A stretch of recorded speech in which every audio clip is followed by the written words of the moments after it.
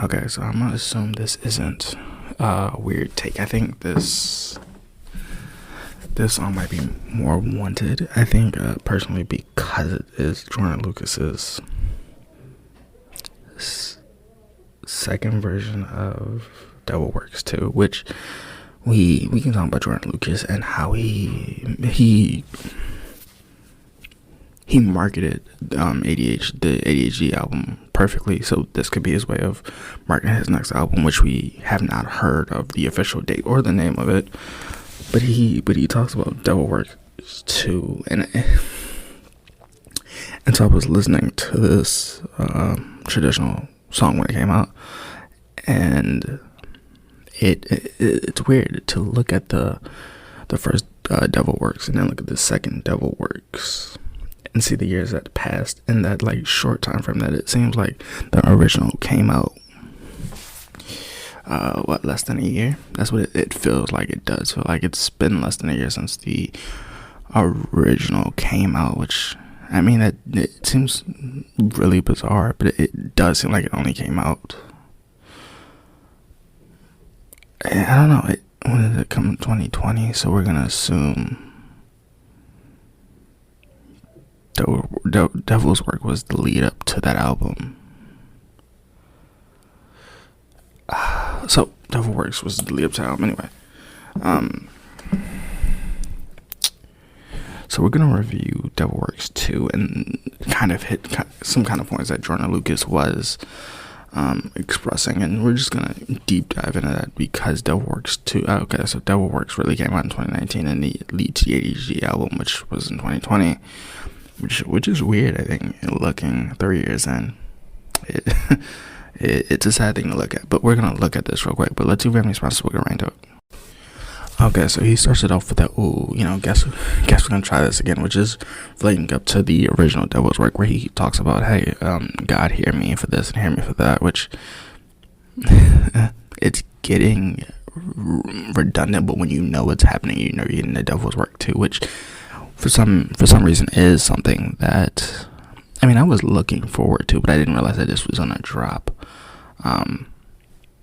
like the 10th of March. So we're going to start with his opening verse, because his opening verse it's weird. He says, dear Lord, we've been here before. Yeah, we've been here before when you had this conversation with God and the devil, and we've been here before. We get it.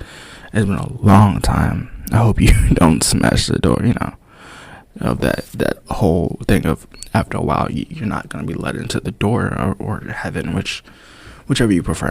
And this is not me hating on any religion, but it is the metaphors that lead up to this are very opening, So let's talk. When his first lyric is, I tried to walk away, but it's some things that I can't ignore. You don't even care.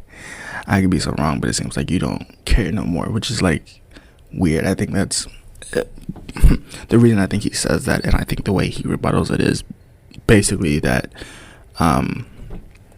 so in the 90s it was Pac, it was Tupac, Biggie, 50 Cent, and that we heard rappers getting shot, but like in those 3 years since he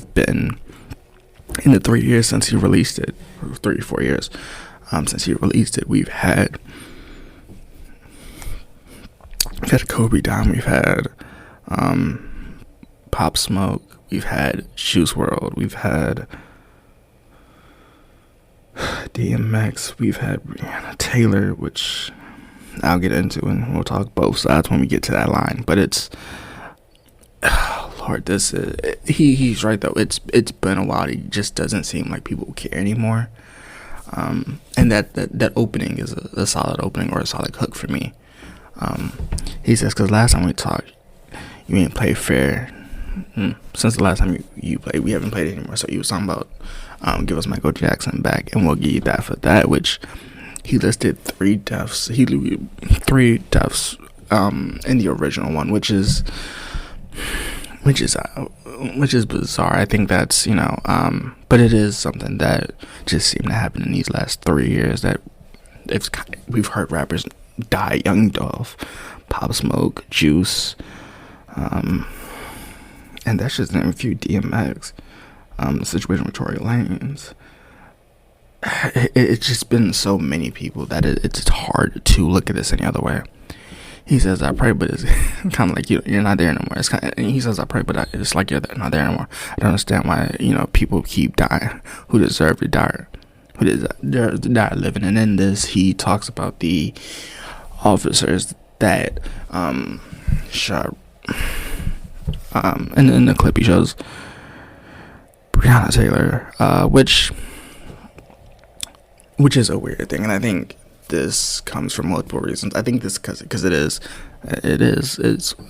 International Women's Month, so that's why that picture was there, right? But it is sad though to think that in America, because it's just where it happened. You get in these situations, and you're like, hey, you gotta pick a side. Are you for the officers? Are you for her? Right? But it is a sad situation to realize that she was,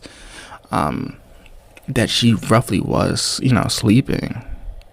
While the general statement is, we lost a few people that shouldn't be able, we lost people that should be living, and I think that's, weird because she was sleeping at the time and she was shot in her home, which talks about the insecurities in the system and the fact that, search warrants and not warrants, we can get all into that, but it's sad to look at now and be like, yeah, what we did lose a life, right? Because losing a life to me is the saddest thing to do, which I don't know how people stand on that, but that's my take on it. But the ones who didn't, but it's so weird. Like, it's so weird to look at this and be like, yo, I didn't realize that that's what he was talking about. But it's he says, but the ones who didn't deserve it aren't here anymore. The ones that deserve it aren't here anymore, which is weird.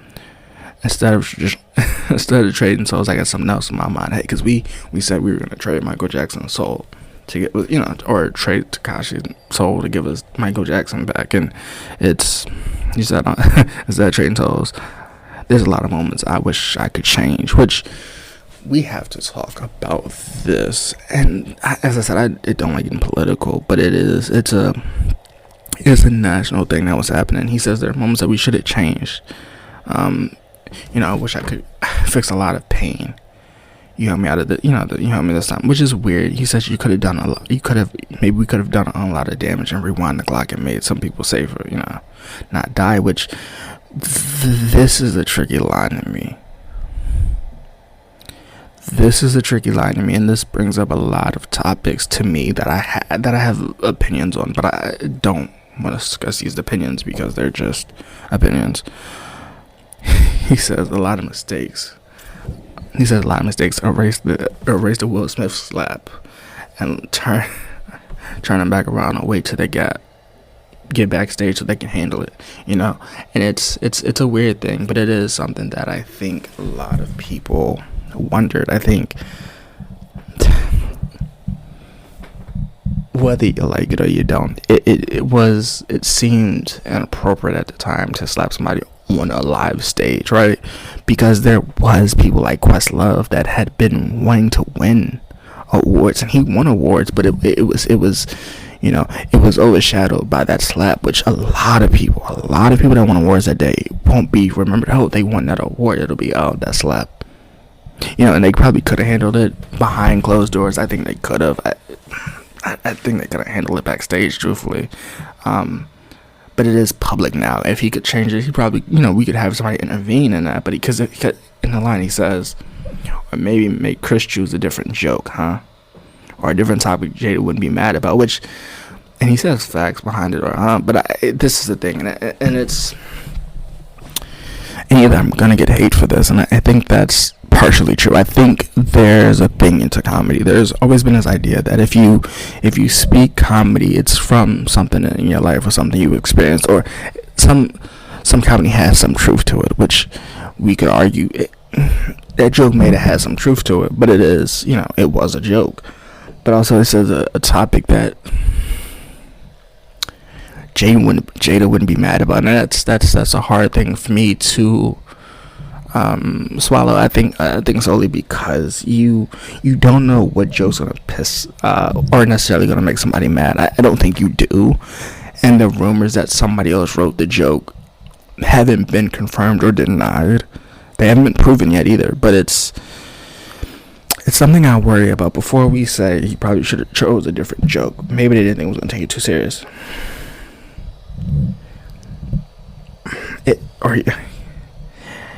It's so weird because his next line is, maybe I can fly to Russia on a different mission, make him pay for putting Brianna Griner in jail, or maybe take the CLB out, bring her back on February 17th. Okay, so you can take the CLD so she ain't flying with it. And then he says, on a situation, he says, maybe change that 9 years and give her 9 minutes. Or better yet, change the law so they can stop tripping. This is the thing, and it becomes a thing of culture. I think that's genuinely what this conversation comes down to. And that's solely because in other cultures, in other countries for that matter, certain things aren't legal. For example, 14-year-olds in America cannot drink, but if you're in the UK, is it Scotland too? Scotland has I think that 14-year-old range. In America is 18, and people look at that weird, right? But it's because we give people their licenses at 16. And certain drugs aren't legal in many places, and I think this is why this conversation is saying, he change that situation to where either people read drug laws and before you go to other countries, or read it. Really, truly, that's what I feel, is that you read other laws before you go into other countries, because you don't know, because they're completely different from American laws, which we could argue, hey, well, that's a third, or they should, you're making X ton of money, you're playing for the team, there should be certain things that you can get away with. But it's hard to say that, because America is divided on legalizing marijuana, which that's what I'm saying. Not every person agrees with every situation, right? So roughly read the laws, and I know he's saying that he wish he could change it to 9 minutes because they took off a flight and stuff like that. But it's and I think there are moments we can change, but it's hard to say changing that, but we can always make things better. I know that's a lot to wish, but that's none of my business, but it's weird. I think we're trying to break down a system that isn't necessarily perfect. And so listen to, he said, how you take P&D Rock? That's disturbed me. Why he do that? And I have so many questions, and it's disturbing. Like, people can't eat waffles without security, and they can't work hard to buy jewelry, which, this bothers me. Okay, this bothers me, and I think it's either it's an unsaid word in Hollywood or in the industry that you don't push your location unless you're leaving the location. You don't press it while you're there, because you don't know what fans are gonna come, or anybody that's gonna come and could do you harm, right? And I get it. People are like P&D Rock, right? P&D Rock, I was a fan of. I think that's without it being said, but it is something to talk about. Like it does make you wonder, like, how could we avoid that? But the rule was, everybody was posting their location at them eating waffles, which is dangerous in itself. It has its own risk, security risk at that establishment. How do they handle it, right? And I think they allegedly caught the two people that were in the act. But it's sad though. It really is, because it's a rule, but no one knows exactly who tagged the location. I've heard P&D Rock tag his own location, and that's why I think he's saying, by the end of the song, they're gonna murder me, right? Because it is true. P&D Rock wrote. He was a great songwriter. Not a lot of his music was played, but he was a great songwriter. And to some extent, he had credits, he had money, and he was like, "You just want some waffles." And he says, "People can't get waffles without security no more." And then there was situations like Dolph, where Dolph went to a place that he normally went to without security, and that happened, right? And so it's. Man, this is sad. I do apologize if this sounds depressing. It's partly because it is, but it is a weird reality we listen to. Like in the 90s, it was Pac, it was Biggie, it was 50 Cent getting shot, right? It didn't seem so frequent, but now it seems so frequent that we're losing rappers that it kind of bothers me. Which we could argue, hey, how can we fix it? I don't know if we can. He says if they do right, I hope my fans take it. If they take him out, which if they he says in the song they may take me out. And if they do, I hope my fans take it personally. Which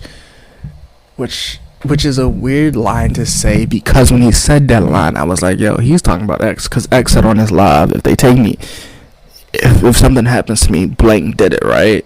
And allegedly, you know, we can get into that connection, but that's another thing. Like, it's, hell, it's sad we lost X too. Yeah, we lost X. We probably shouldn't have lost X, but we lost X, which is weird to me. He says, if they do, right, I hope my fans take it personally. Hear me, Lord, don't curve me. Like, literally listen to my thoughts. Won't you take us back to that Kylie Jenner party, which is weird to me, because the verdict came out, by the end of 2020? So, the end of 2020, so I get why he said it. That's what I'm saying. I don't know when this was, before the shots hit the floor, before the bullet ricocheted. The bullet, like, and that's so weird to me. They don't know the truth.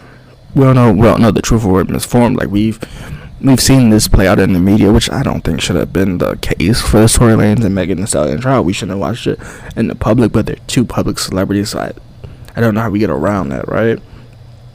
He says maybe either way, we take it back and make Tory hop in another car, so he don't go with them. He's drunk, but he goes home with his own car, his own security, and we never get that Megan Thee Stallion Tory Lanez situation. Then he says it broke my heart when DMX when DMX died. That hit the core, right? Like, he was an angel. He was an angel in different forms.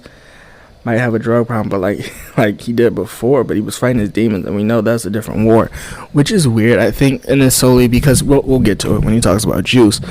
But when we're talking about Juice, we'll get into it. But it's weird because we've seen rappers that have had high tolerance for certain drugs. They weave off of it, and then they end up fighting these demons later back on, and they end up taking the same dose they did before, and they end up dead. Which is what talks more about the ways that we don't use therapy, or that we depend on drugs to take that high away. But can we ever say chasing a high is worth a life? Which, man, DMX was fighting his own demons. I know that, but it's really sad to hear over and over again. He must got a major ego, which is weird to me, because it's hard, and we're gonna talk about it. I mean, I'm gonna get real detail about it, but it's really hard. Two of these hit me hard, and it's because of what happened and where I was at. But it is kind of sad to hear this. He talks about, must be, you disrespected trying to play hero. I ain't trying to disrespect you to play hero. But you took Takeoff, which was my favorite Migo, which I think Takeoff was cool. I wasn't a huge fan of Takeoff. I'm still not a huge fan of Takeoff or the Migos, but it is sad to know that he got lost and allegedly got an altercation that got him killed. I'm telling you, that's weird. And he says it makes zero sense, which I get. And he says forget the idea of a wrong place and a wrong time. That's not good. That's not God. That's not God worthy. But they took the man in his prime.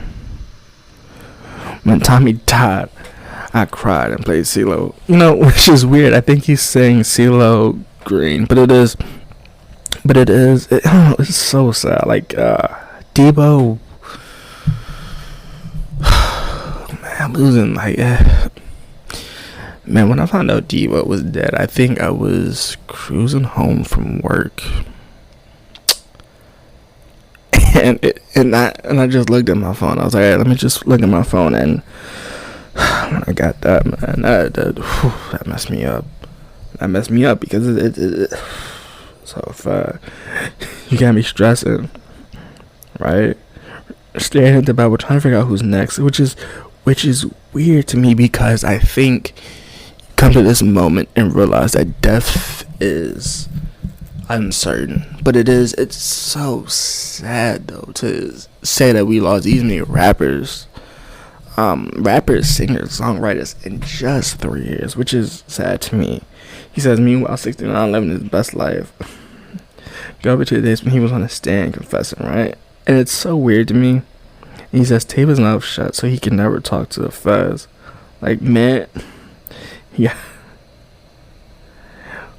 Okay, which is weird. He says in show him that Bobby way, which is of course Bobby's murder, but it's a weird way, and I think this is solely because he says, when he says this, I don't know if Gunner's information was released. I'm not sure how long this track was sitting, but he says Tekashi 9-6 living his best life. Go back to the stand so he can't talk to the feds. This is the thing, and I think this is my pick with hip hop, and it's solely because we act like the feds is a bad thing, and I think this is partially because I know mob history.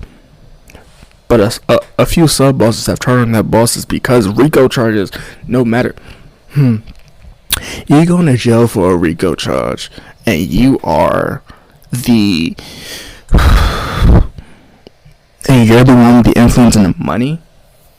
Oh, you're getting at the minimum 40 years. So Tekashi did what he thought was right.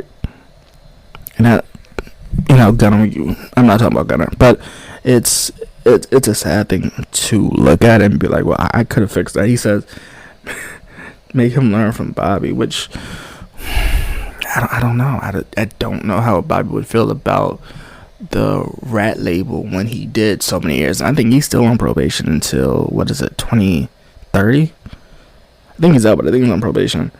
I could be wrong. If I am, I'm sorry, Bobby. And he mentions this line. He says, Lord, forgive me for my language, but that can't Owens. Guess my last nurse on Witness TV, and he says, he turned Casper. He died, and the fact it was fentanyl and not he, which is weird. Solely because he says they have the trade places, which is weird to me, solely because you get this, you hear this, and you're the family of George Floyd, and you go, why was I brought up? It was a public, whatever you want to call it, right? It is, we could go obsessive force. If that's how we want to play obsessive force and not murder, right? And there were reports that said that the fentanyl caused it. There were reports that said that his neck broke it, and the fentanyl was just add a factor to it that caused him to die, right? We could talk about the pathways in the brain and how the brains kept sending dopamine and him not being able to get up, and we could break this up to a biological level or neuroscience level, and we could end up at the same solution, is that he's dead. We could, right? So to say that the fentanyl caused it and not the way he was treated by police is a bizarre statement to me. I think if we say that they didn't play a role in it, it's kind of saying, oh well, fentanyl and you lay in your stomach and you do this, yeah, it can cause you to die. Which we're not gonna argue that fentanyl can't kill. That's not the argument. Fentanyl can kill. You've seen it before. When you lace a drug with fentanyl, you can die from it. Yeah, and I'm personally fine. I understand that statement. But we have to be honest and say there were some actions at play. And I am not trying to get political, but it did seem like that was a public display. And for people to say that didn't happen in the way that it played out, right? And we could say, and I could say that saying that, I can't breathe, right? And that means a lot to a lot of different people. And Lord, this could be a long episode if we get into that and saying that I'm saying I can't breathe, which proves that his spine and his blood wasn't flowing, and his brain wasn't getting oxygen. We could get into this whole level of it, right? But he says he directs it at Ken Owens and says, I wish they would trade places. I don't wish death on anybody. I don't. And to know that outcome could happen, and I get it what he's saying. He's just saying it because he's angry, and I get it. But I don't know. that bothers me, because it did happen, and just know that that could happen again to somebody, and putting somebody else in that place. I don't feel comfortable doing it, but I get what he's saying. I get the sentiment of, hey, until you're in somebody else's shoes, like, unless you're in that situation, you'll never know, which I get, but like that line, it bothers me. But this is the thing. He says, bring Ye's mom back, cause he's a mess. He ain't been the same since Donda West left, since Donda West died. Yeah, that's the way Kanye died, and he says that money doesn't mean you're mentally okay, which we can argue that for days. I think we could argue that for maybe 30. I could probably argue this for 30 minutes, right? And I'm a huge Ye fan, and that's been shown because Late Night Registration is one of my favorite albums by Kanye West. Right? So College Dropout is a close second to me. Then we get into Graduation, and then we bring into all these Ye albums, and it just seemed over time, right? He lost his grandmother. His grandmother was a church. She a deacon? Not a deacon. What was she? But he says in Roses, he said in the song Roses on Late Night Registration, he goes, if my grandmother wasn't a church working, would she get the best treatment? And it's so sad, and that you could tell that's when Kanye's breaking point was, because it's sad to see, right? Because Kanye, believe it or not, is influential. He has the money to back it up. Deals with Adidas. He's been going mad crazy after a while, because people even said it. And this is, we'll break down to it, and that into him going religious, and I get that. I went through my own kind of phase trying to find myself after somebody died. I get that, right? But it's Kanye seemed to be losing himself after his mother died, right? And it's shown through like Late Registration up until but we call people Genius and Heartbreaks, 808s and Heartbreaks, which was a great album. But it's it's The Life of Pablo. It's so much, like, we've seen it over years, and it's Church on Sundays. But then we get into this Donda thing, this Donda album that's dedicated to his mother, which Kanye was starting to make it. The Donda chant, and the Donda chant, believe it or not, is the original reason he uses that Donda. It's the original 808, and the original 808 is made to sound like a heartbeat, and you can hear it in his heart, him breaking. And Cole's mentioned this before. Cole said in False Prophet, worshiping guys that were dealing with their own stuff. And to me, that's a direct line of Kanye. So Joyner doing this again just to reinforce the point that on a bigger stage that there's something wrong with Kanye, but everybody called him a genius. So we never gave it a second look. His mother died, nobody gave it a second look. So what can we really say about Kanye that wasn't He said first his love. He said first his heart, then his mind, and then the rest of him died. Yeah. Can we not say that's not true? If we look up from Late Night Registration up, after Graduation, we'll say Graduation was a great album. We'll say it's an upbeat album. Then we'll go. Okay, look at these last other albums. That includes All the Lights. That includes Life of Pablo. That includes Ye. That includes Donda. He has been struggling, and you can hear it in his pen, because his pen has got more emotional. He's been able to say stuff that he probably wouldn't have said before, but he's losing it. In some of his speeches, he says something that a lot of people don't agree with. We get that. He says R.I.P. to Young Dolph, Von Draco, the top 3, Black Rob, Trouble, Virgil, Shock G. Almost lost little TJ, but happily God, I'm happy God. He's godly, You'll never know another Black Panther, not the G, and it's this bothers me, because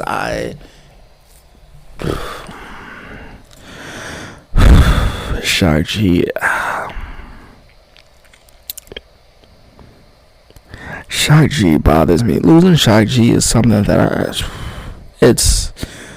I didn't know Strategy personally. I didn't know King Von or Dolph perfectly. Individual.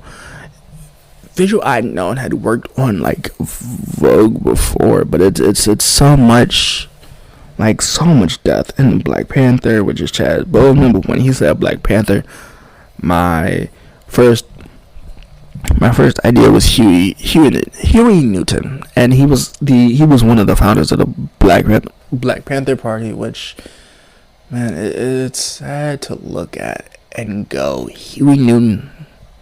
He decades earlier we give a talk on gun control, and it's to know that young Dolph Vaughn, to know that young Dolph and Vaughn died related to gun violence, and Dolph having no security, Vaughn having no security, right? But this conversation of rappers with no security keeps coming up in my mind. But it's sad to say, to look back at this and go, that's a lot of people.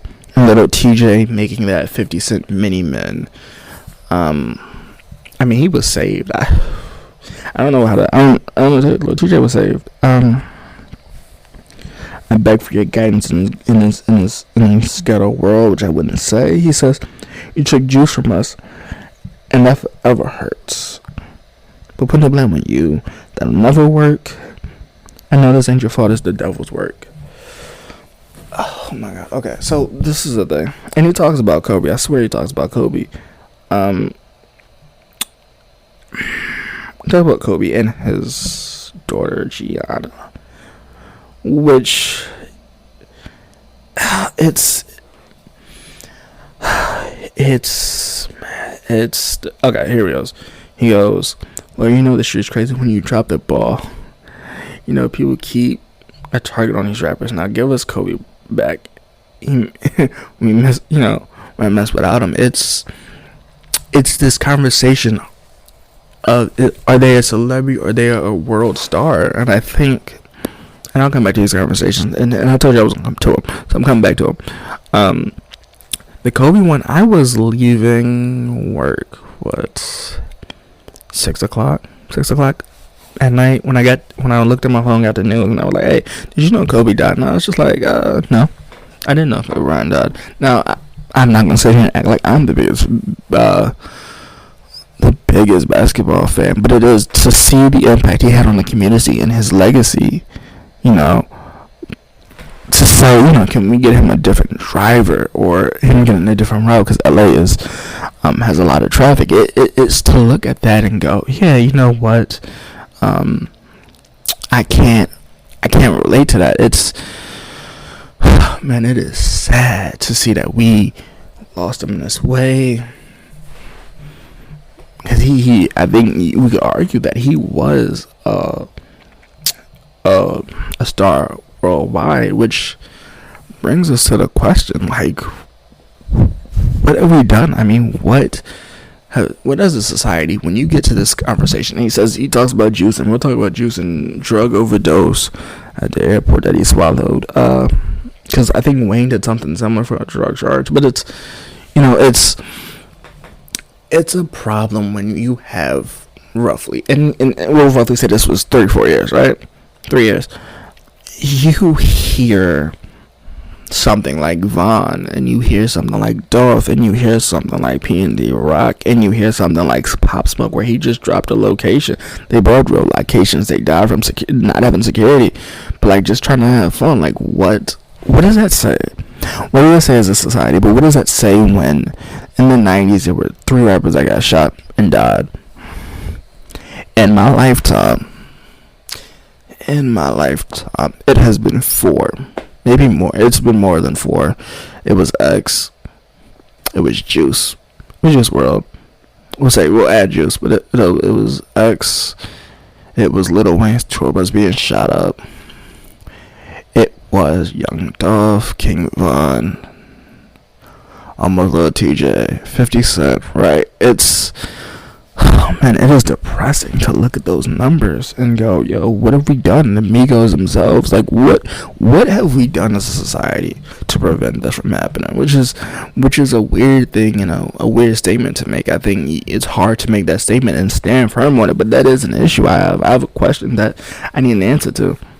Like, can we switch this up in society so we stop losing rappers? And that losing Verge out being one of the creatives, and I feel this way about a lot of creatives. Granted, being James Baldwin, it being W.E.G. Du Bois, it being Huey Newton, for that matter. It's something you look at and you go, through these years of fighting, what have we changed? If we look at guns, or we look at a society where we're trying to fix something that couldn't be fixed, right? Like, you get into this world, and I think that's solely because I am a thinker, but you get into this world where you're like, is there really something we can do to change the outcome of something that we should have stopped a while ago? Because we're losing a lot of rappers by the years, by the days.